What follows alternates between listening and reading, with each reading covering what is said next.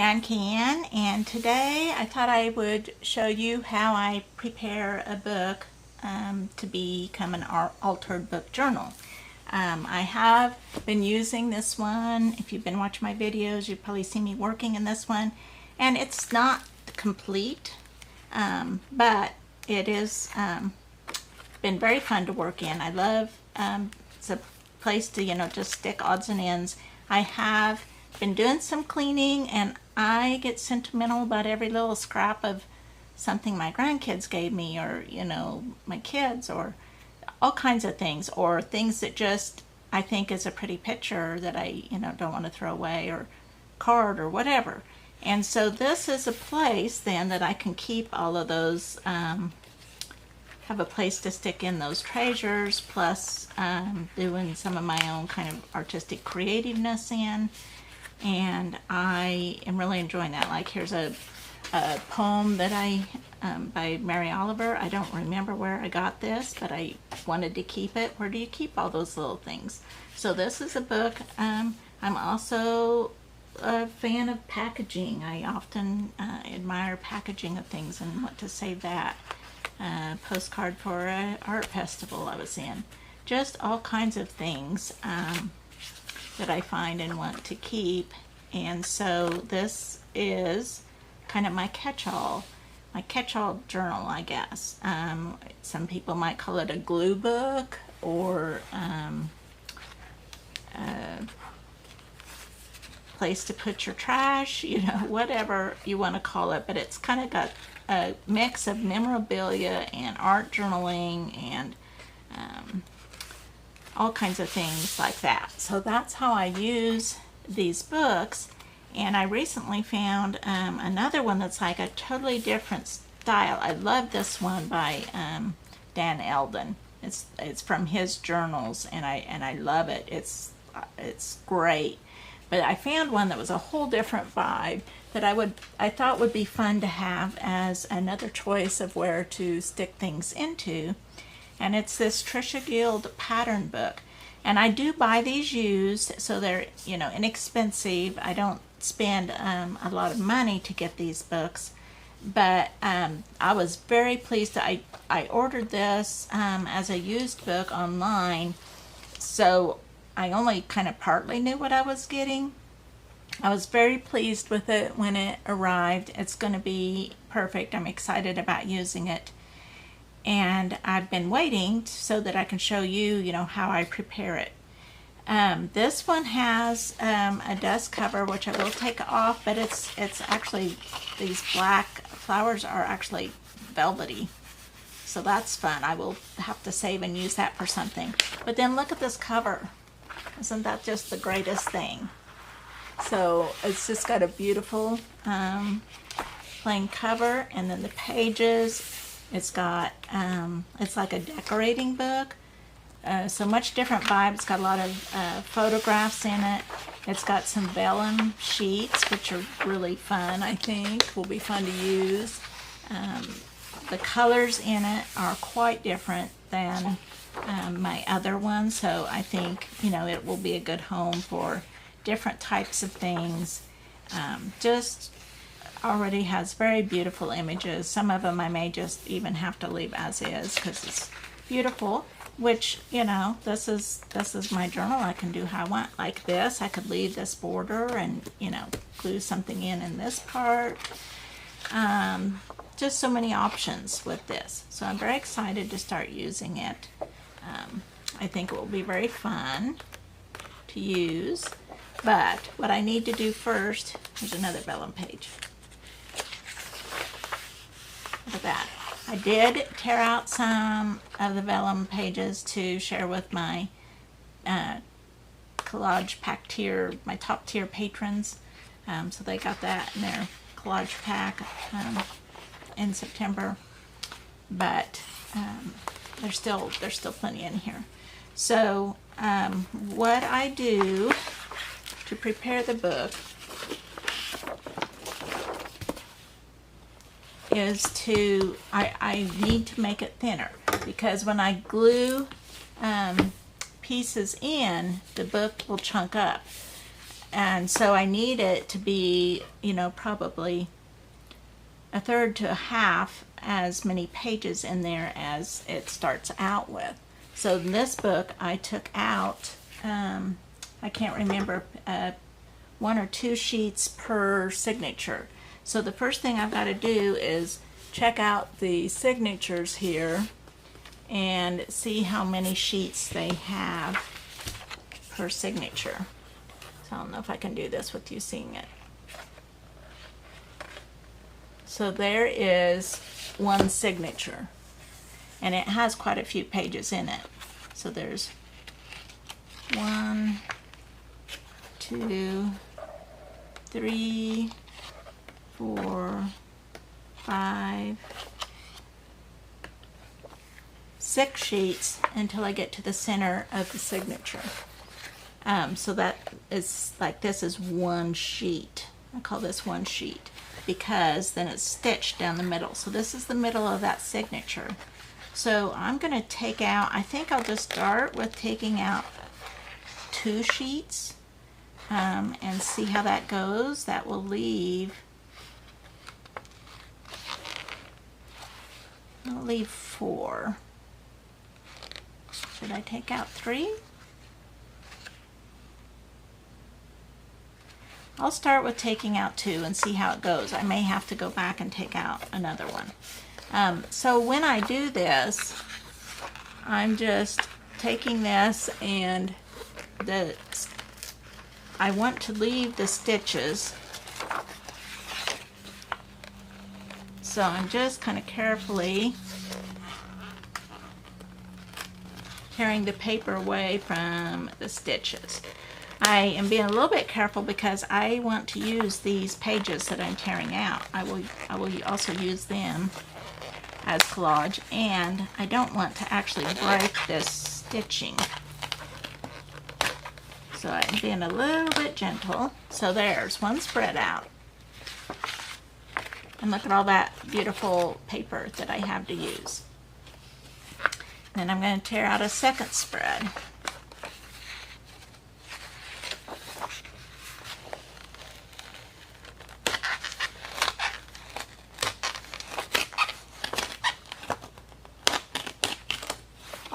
That one came out a little easier. Okay, so now I'm going to check this and see how much bulk I have actually removed.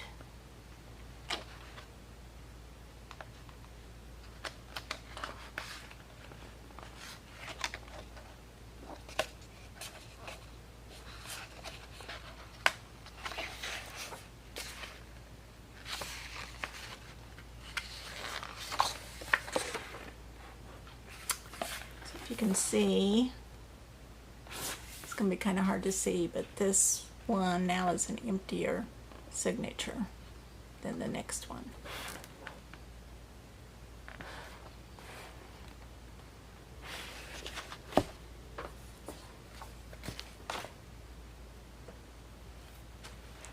Let's see how many are in.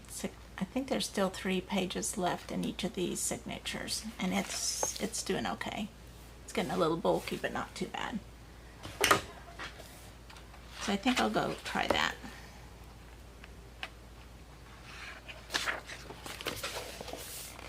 Okay, so then I go on to the next signature.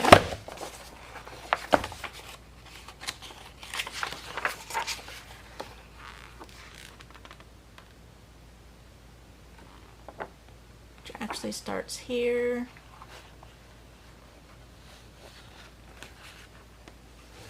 Here. So I need to find the center of it. Oh, look at that, beautiful. Beautiful. A little bit sad that that can't stay in there, but it's okay. It'll make beautiful paper to use. I can always glue parts of it back in. So I'm going to do the same thing again.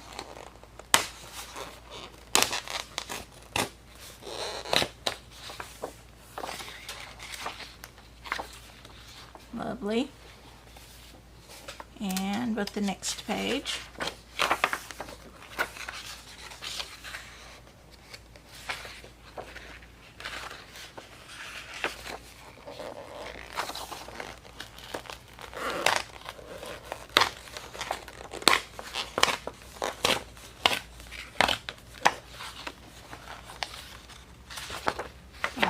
good. So that's that signature.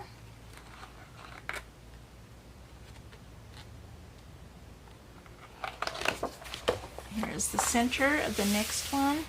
Also, there's different texture pages. It's probably hard to tell on camera, but this one is glossy and this one is matte. So I think that's very interesting.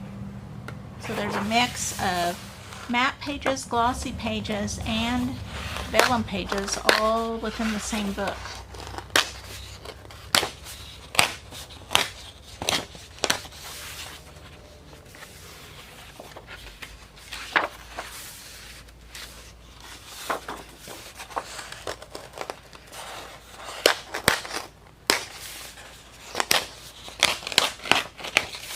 Now these stitches do loosen up a little bit in that process because it has less pages that it's holding in now.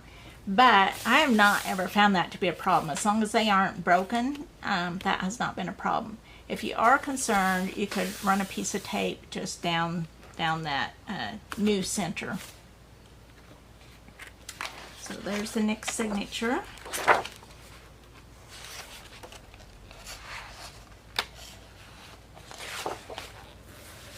Oh my goodness, look at that.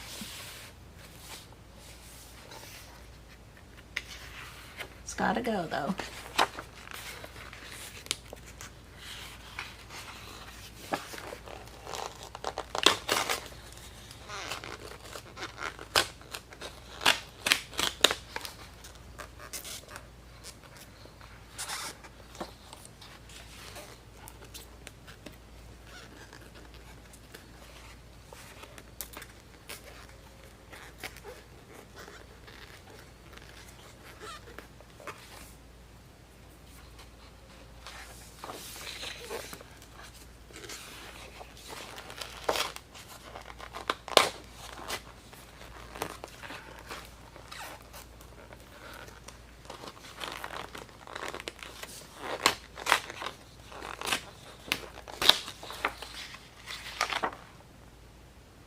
So fun.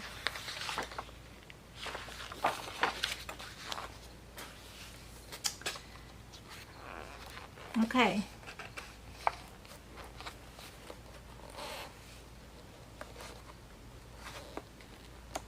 Now I'm just going to continue doing the same thing throughout the rest of the book.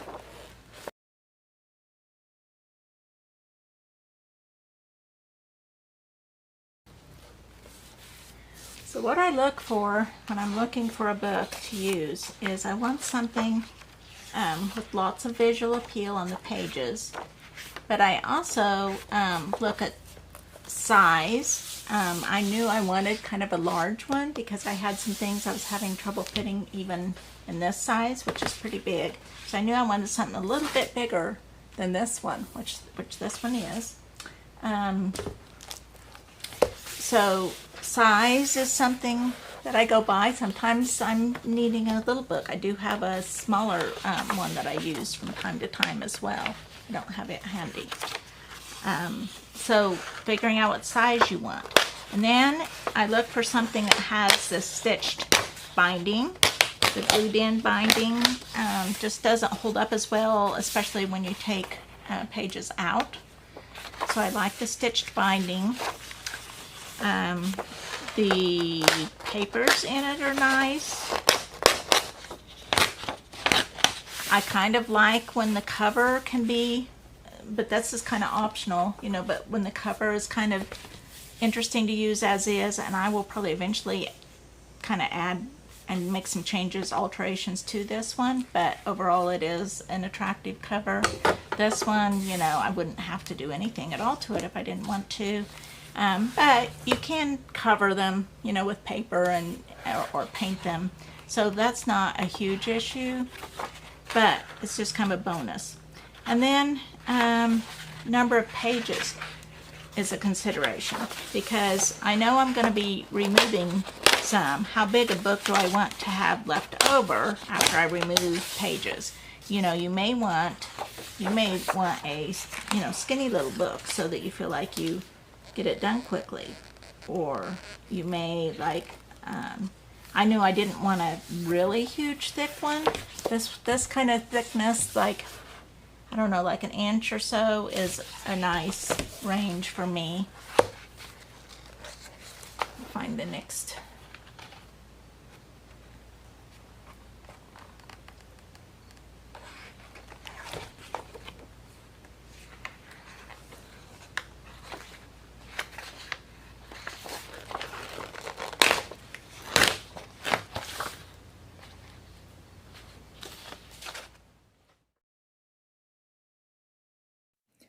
So now I have all the extra spreads taken out of this, and you can see that it's got more gaps in each signature, and it's just a little thinner as far as its pages. I have this stack of pages that I've removed, which I will keep because these will be wonderful to bind into another journal or to use as collage papers. Some of them may get cut up and glued back into this book. There'll be a lot of uses for those, so they will not be wasted. But let's take a look now at what I have here. It's still a lovely book with beautiful spreads, and as you can see, they're kind of color themed, so I think it'll be kind of nice to maybe follow with that color scheme a little bit more in this. My other altered journal, my Dan Eldon altered journal, has a lot more like black and white and neutral colors. This one is full of bright colors and a variety of colors, and I think will be fun to use for a lot of my ephemera. So I had this little piece that was just laying handy, which is by Courtney Diaz, and it had not found a place in my daily journal, so it's in my stash that, you know, of leftovers, I guess you could call them, that I tend to put into a glue book or a altar journal like this. So this is a recent stack just from cleaning up in my office recently, and, you know, all those little treasures that I have a hard time getting rid of, like this little note from my granddaughter, and little just all kinds of little bits and pieces. And so I'm just kind of looking at those to see, remind myself what I have, and then I'll start just kind of matching them to pages in this journal.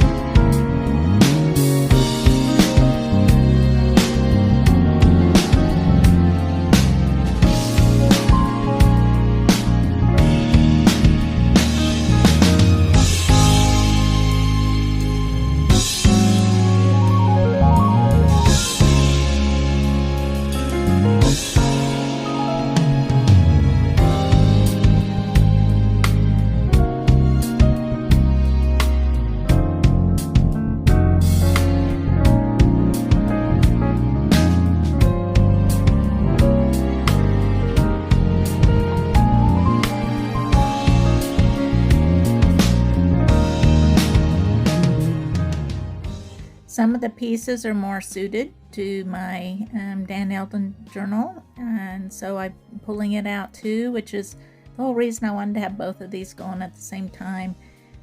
Some, you know, will tie in with one book better than the other. So I am working in both of them kind of simultaneously. I'm doing a lot of just sticking things in somewhere where I think that they would go, and I'll actually, kind of glue them in later. So I'm just kind of getting my pile sorted out and stuck in somewhere, and then later when I'm really working in the book, I'll get more things stuck down. So just kind of little picture of how I work.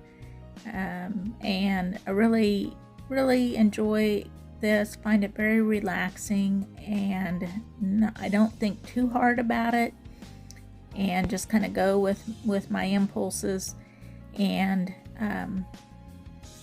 I like the results. It's enjoyable for me to look through when I'm done.